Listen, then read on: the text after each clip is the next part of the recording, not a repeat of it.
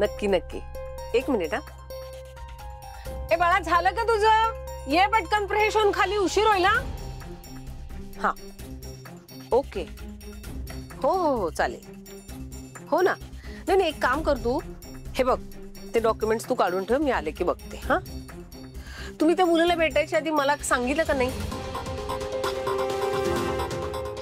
Madam, ते आम्हाला वाटलं की आम्ही त्या मुलाला भेटून त्याच्याकडनं पुरावा घेऊन तुमच्याकडे येऊ.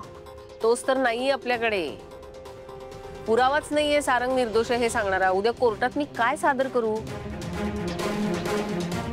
सावली, तुला केस बद्दल काय माहिती जरा सांग बरं.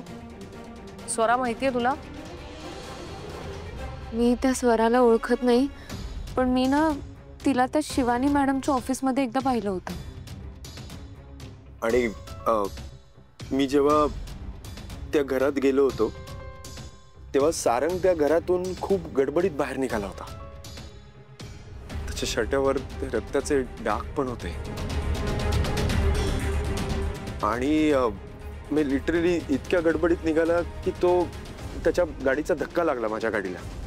आणि मग मी त्याला आवाज दिला, पण तोपर्यंत निघून गेला होता. मग तो ज्या घरातून बाहेर पडला मी त्या घरात गेलो, आणि घरात गेलो तर बघितलं ती बॉडी पडली होती स्वराची.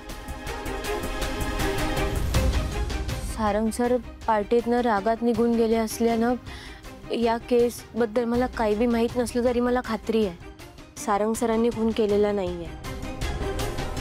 खरं तर हे कोर्टात सिद्ध करणं खूप कठीण आहे, कारण बिल्डिंगच्या सीसीटीव्ही मध्ये सारंग दिसतोय. मॅडम, तो मुलगा जर का आमच्या समोरून गायब नसताना झाला तर कदाचित आम्हाला पुरावा मिळाला असता. हो, ऍटलीस्ट त्याच्याकडून काहीतरी इन्फॉर्मेशन मिळाली असती. आता इथून पुढे असलं काही ऍडव्हेंचर करायच्या आधी माझ्याशी बोला प्लीज. हो चालेल. ठीक आहे, मग निघा तुम्ही.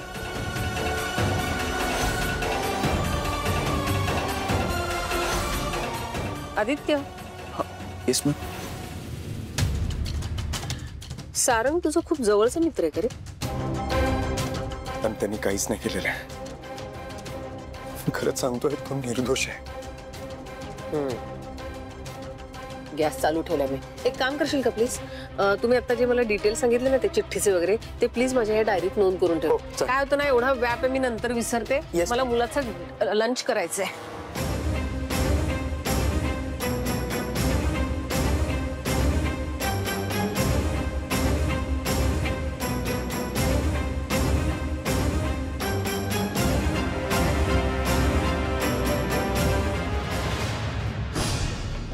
आई, तू केलंस आहे. आई, तू खरंच ग्रेट आहेस. Thank you so much.